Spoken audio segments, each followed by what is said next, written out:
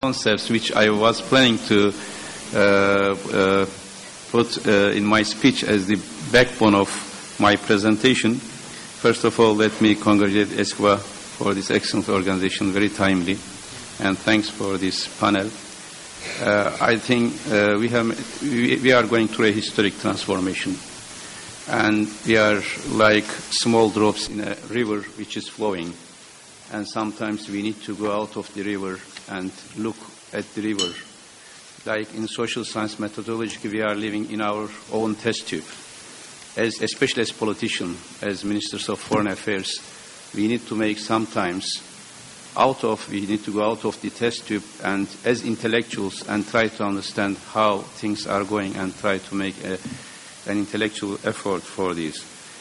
Because we have huge challenges and we need to address all these challenges. I will mention 5 dimensions of these challenges. First dimension is methodological, also psychological dimension.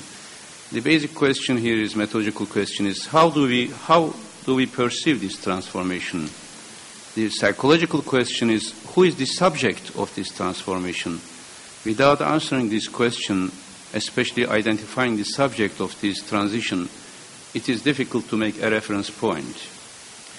As you rightly mentioned, I think you are referring to my speech in Doha last year in March, 1st March, at the beginning of this process. Yes, I said this is normalization of history.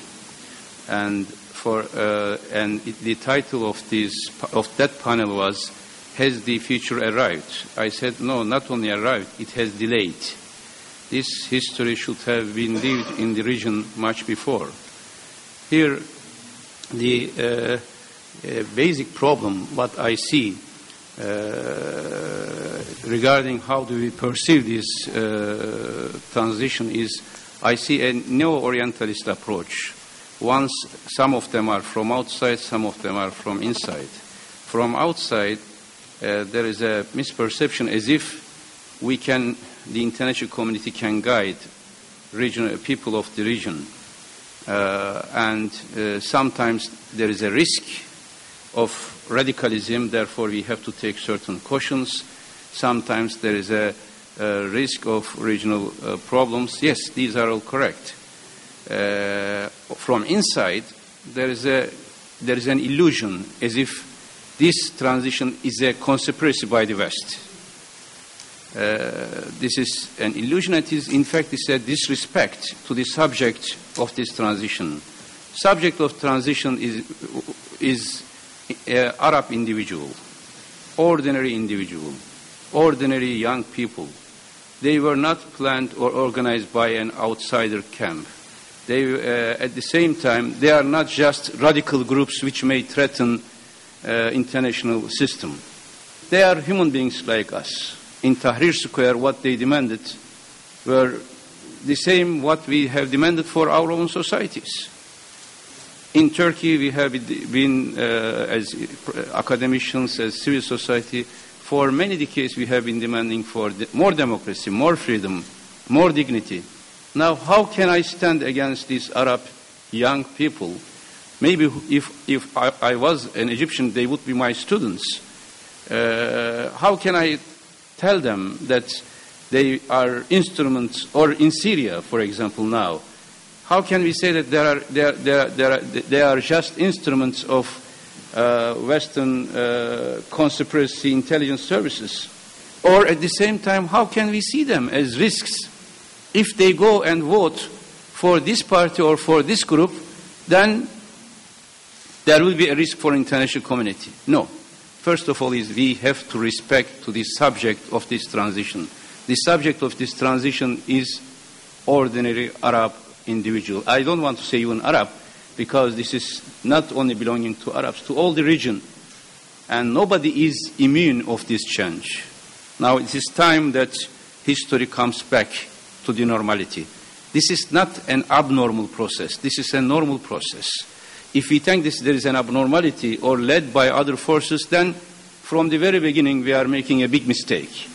That transition cannot be achieved if we do not respect the subject of the transformation, the subject of the transition.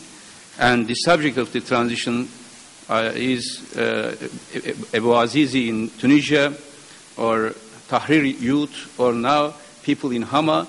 And these are our people, or people of Benghazi. So therefore, the key concept, the challenge is to see this as a normal process and to respect the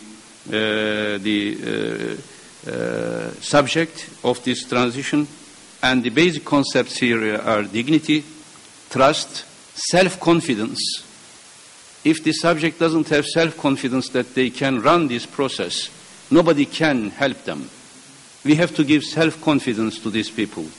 If they don't have. If they have, we have to respect. When I went to Tunisia in February last year after the Yasmin Revolution, I met with the political groups, and at that time I was chairing as the ministerial committee of Council of Europe. And I told them, I am not here to guide you, to advise you, because the sons of Ibn Khaldun does not need any advice. You are the grandsons of Ibn Khaldun, the greatest philosopher of humankind in political philosophy and history. So you know what is the best for you. We are here just to express our solidarity. There are many interpretations as if Turkey can guide or Turkey can help. No, Turkey is not there to guide or to give advice. Turkey will be in the region just to show solidarity and to share the destiny. This is our common destiny. The Tunisian Minister of Foreign Affairs, the first minister after the election, came to Turkey last week. His first ever visit to outside.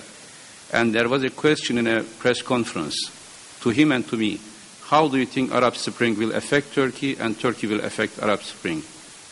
I told in my answer, we will not affect each other, because when we say we mean Turkey and Arab together. So we are sharing the same destiny. If Tunisia is successful, we will be successful. If Tunisia fails, we will fail. There is no subject and object affecting each other, but there is one we, and we are part of that we. Therefore, this is the subject. The people of the region, based on this self-confidence, is coming back to the history. It is a long, challenging process, but very promising, very encouraging process. Therefore, we need to respect, and we have to trust to the people, to the choices of the people. If we do not trust to the choices of the people, to the subject, then we cannot talk on transition. The second value, the second dimension is value dimension. What are the values? If we have a subject, then what are the values of this transition? And transformation of mentality before transformation of institutions. If we do not have reference values, we cannot lead a transition. We have to be consistent in these values. In Turkey, we try to do this. Whatever is good for me should be good for others, or whatever is good for others should be good for us. There cannot be double standards. Here, the basic concept is legitimacy. Legitimacy is, for me, is the center of everything. The main link between state and people, governors, those who are governing and those who are governed, is legitimacy.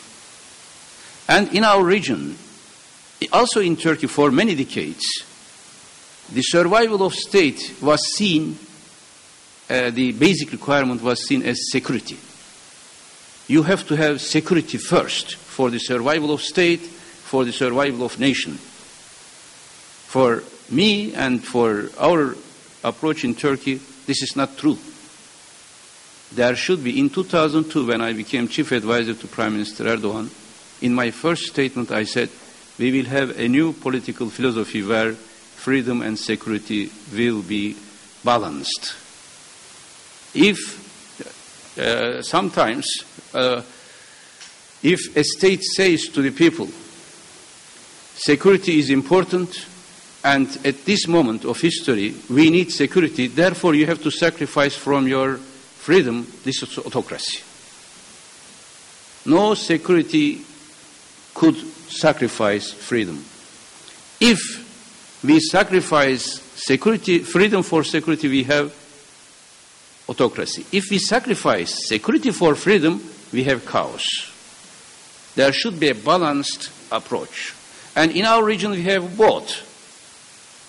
Sometimes we are idealizing security and we are referring, because of the presence of Israel, especially because of Arab invasion of, because of the existence of Palestinian question, there is an external threat. Therefore, all the legitimacy of Arab nations were based on the reality that there is a threat by Israel, so therefore we need to have a strong state. For a strong state, we need to have a strong army. For a strong army, all of you must be like soldiers ready to war. We don't need soldiers in our region for the state. We want to have citizens for the states. And citizens, if you have citizens, you will be stronger.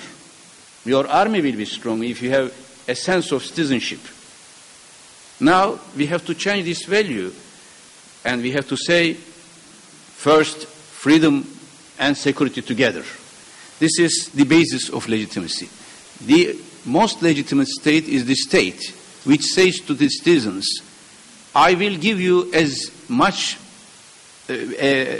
possible freedom without risking your security, and I will make you secure without limiting your freedom. This is the basis of legitimacy. And what are the values if you want to achieve this?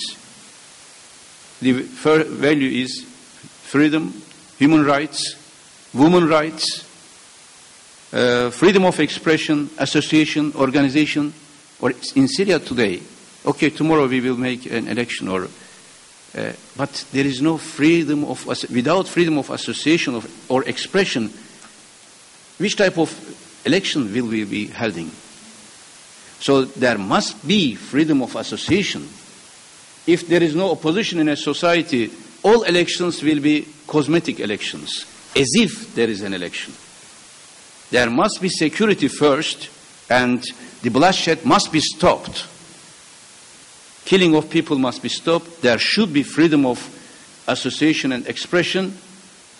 Then if you see, as you mentioned, Madam Chairperson, let me say Alicia or whichever, you rightly take the basic concepts. In Turkey, the first thing we did was we said there is no domestic threat.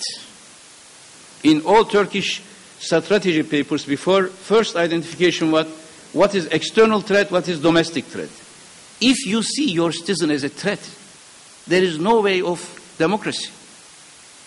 We said in all state documents now, we do not have a concept of domestic threat. In Cold War, it was communism. After Cold War, it was Islamic radicalism or Kurdish separatism. There is always a threat. For the autocracy, the best thing to survive is to create a threat. Either external threat or internal threat. Then you guarantee your autocracy. First, we have to tell to the people, you are not threat, you are my asset. You are the assets of the state. You have to trust. For example, I hope I am not taking much time, but just to clarify even more. When in Turkey, as Minister of Foreign Affairs, I declared visa-free policy. Now we said that we will not implement visa to anyone, or we will be asking lifting of visas with all countries. The security apparatus in Turkey said this is a big risk. People will come from outside without control, and our people will go. There will be many risks. I said we have to trust our people. They must go everywhere they want, to Africa, to Latin America, and those people outside, they can come. It is your duty to separate those who are risky, not to limit. If there is 1% risk element coming to Turkey or going outside Turkey, why are we limiting 99%? This is just an example to trust to the people. And that will strengthen self-confidence of the people, confidence to the system, a binding, spiritual and voluntary binding between state and society. In our region, we don't have this. The biggest institution in our region is intelligence. Why do we need such big intelligence apparatus? Because we want to control all individuals. And to control all individuals, you have to have a big intelligence. It is better to have bigger universities, bigger educational institutions. A new system will come out of this. The third dimension is institutional dimension. When I link through this, there should be a new political, social, economic, institutional framework. And there the backbone is constitutional reform. These values which I mentioned, transparency, rule of law, human rights, should be clearly defined in the constitutions. In the challenge now in Libya, in Tunisia, in Egypt, even in Turkey we are revising. Every day we are reforming the system. A new constitution based on human being, not based on state. There is a spiritual leader who was during establishment of Ottoman state. He says, "Let live human being so that state can live. Without human being, state cannot survive." So this should be the basis of constitutional change. In institutional change, I see one risk, one big challenge, the sense of continuity and the sense of change. State should continue. We should not disintegrate the state. We should not disintegrate even the concept of state in the mind of the people. But we should change the regime. We should change the administration. The sense of continuity is important. Unfortunately, in Iraq, for example, after the war, all state institutions were almost annulled, destroyed, then new institutions emerged. No need for this. There should be a sense of continuity in the mind of the people, in the sense of state continuity, but the substance of the institutions, the attitude of institutions should be changed.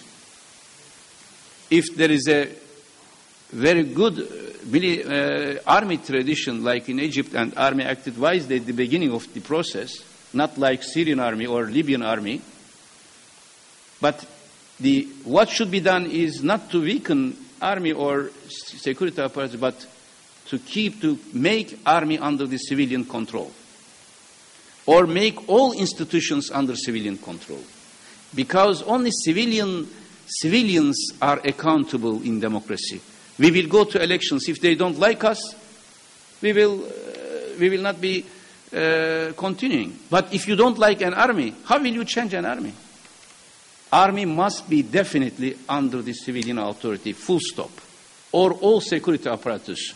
And this is also referring to an institutional change here. And another, since I am an academician, big challenge is in institutions to change all educational institutions with a new philosophy. Without changing educational institutions, you cannot change mindset of the people. If educational institutions teaches Cold War logic, threats, or old historical hatred, the new generation will want to have back for autocracy. Therefore, this is important institutional change. Here, there is no uniform challenge or uniform solution for this dimension. Each country in our region has different characteristics. Therefore, there should be different constitutional, institutional frameworks, but based on the same values we respect. We cannot say we have one constitution and it is good for Tunisia, it is good for Libya, it is good for Yemen, for Morocco. It is like Ba'athist party ideology. We have a Ba'athist ideology, it is good for everyone. So it must be repeated everywhere. No. Every country has its own characteristic. Therefore, we can exchange our experiences, but Tunisia has different characteristics than Morocco. Although there is monarchy, another one is republic, but there could be a constitutional monarchy, a constitutional republican system. So each country has different characteristics, and they have to produce their own solutions, referring to the same values. Values must be same, but institutional solutions could be different. Fourth dimension is regional dimension. Although every country has unique characteristics. At the end of the day, the destinies of these countries are united today. The success of Tunisia, therefore, is not only the success of Tunisia. All of us, we have to help Tunisia as the first country starting this process. Because that success will create new success. In our region, what we are missing is success stories. Therefore, Turkey became, for some, as a good example, because of a success story in economy or in foreign policy. We need to create more success stories. And here, I am optimistic on one side. I have serious concerns on the other side I want to share with you. I am optimistic because a new region is emerging. And this is normalization of history. As Alicia rightly mentioned, I told last year in March, before, immediately in the first months of Arab Spring, this is normalization of history. Because colonialism and Cold War created abnormal structures. 20th century for us, for our region, was a parenthesis in the long history of our region. All cities of us in this region were multicultural, multi-religious, multi-sectarian. Damascus, Istanbul, Baghdad, Marrakesh, all of them were multicultural, multi-religious. Yesterday I visited Maronite Patriarch. Today I will be visiting Sunni, Shiite, Orthodox leaders. Beirut or Lebanon is a good example in this sense. That has been the history of Middle East for centuries. But in 20th century, we wanted to have uniform cities. A city, a Baghdad full of this sect or the other sect, or full only Muslims, or only Jew, or only Christian, or only Arabs, only Turks, only Kurds. No. The historical flow of this region is multiculturalism. Now we have two options in front of us. Either we will create a new region based on this long historical perspective of political dialogue, economic interdependency, multiculturalism, a common security, or we will have this worst scenario, we will have a regional Cold War. What I mean by regional Cold War? A new polarization in our region. Before it was during Cold War, during colonial era, it was French colonies, British colonies, or Italian. In Cold War, pro-West, pro-Soviet blocs. Then rejectionist, moderate, radical, moderate. All type of polarizations in our region. This, a group of state here, another group of state there, a polarization. What we need is to prevent this. We have now very positive momentum in North Africa. In 1 year, it was a miracle that Tunisia, Morocco, Egypt completed the process of elections. Libya is in that process. There is a good transition continuing. But I am very worried in Iraq and Syria especially. Yemen and Bahrain are in process, but in Iraq and Syria we may have a crisis of belt based on sectarian differences. Therefore, we are worried. We are trying to do our best to prevent this Cold War logic. And we have to keep states as states, like Iraq, and Syria is Syria. But unfortunately, there is a sense of solidarity, horizontal solidarity, between Sunnis of Iraq, Syria, Lebanon, and between Shiites and other groups in the same countries. That is a big risk. What we need to do is, and this has been there should be a vision for our region. Our regional vision as Turkey is, we have to respect to the territories. We should not think, even imagine to change the territories. But we have to make territories meaningless through economic relations, through cultural relations. So that these territories, borders, should not be separating us, but should be like gates, not walls, but gates to each other. But we need to keep all countries united in their territories. Lastly, I know I took much time, but I will complete with this. International dimension of these challenges. This is a litmus test for the international community. If international community approaches to this a potential risk, so that we need to control this transition, they will spoil this transition. But if they respect us, that we, people of our region, can do whatever is good for us, that will be a contribution. And there should be, in our region, one criteria for everything. If you tolerate nuclear capacity of one country, Israel, and you ask all others not to have that capacity, there cannot be a regional order here. If you tolerate Israeli invasion or Israeli injustices, while you do not tolerate others, there cannot be regional order. We, people of this region, want to have the same criteria for all. And in our region, there should not be new hypocrisies or double standards. And here, what international community can do is, we are unfortunately, this transition from autocracy to democracy in our region is occurring during an international economic crisis. It is not like 1990s when Eastern Europe, Central Europe were transferring, but there was a boom in world economy, and a flow of financial capital was moved to transfer to Eastern Europe, and EU was rising. Therefore, they opened the gate for Balkan countries, East European countries, to Poland, to Romania, all these. Now, there is not such an economic situation. What we need to, and also not like Marshall Plan in 1950s, there should be an international economic project to support this transition, despite of all the difficulties of the existing economic crisis. And of course, the rich countries of our region has a special responsibility, including Turkey.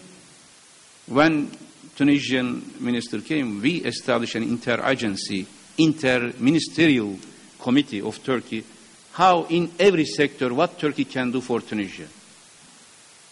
Tourism, infrastructure, educational training, all countries should have such a program for the transition. Same to Egypt. We told the Egyptian brothers and sisters when we went there several times. I went to Egypt 10 times last year. If needed, we will go more. We can work together, like as one country.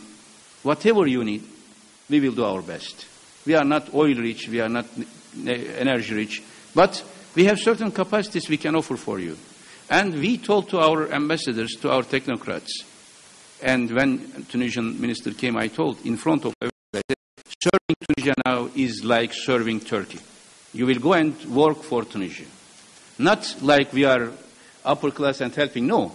We share the same destiny, and their success will be our success. Therefore, there is a huge responsibility on international community to support this transition. And if we have such an international awareness, if we have a regional ownership, if we have respect and dignity to our own people, and more important is if we respect to the individual who started, Arab individual who started this process, I think it will be a successful, one of the most successful transition in the history. And all of us, we have ethical responsibility to make this success possible. Thank you very much.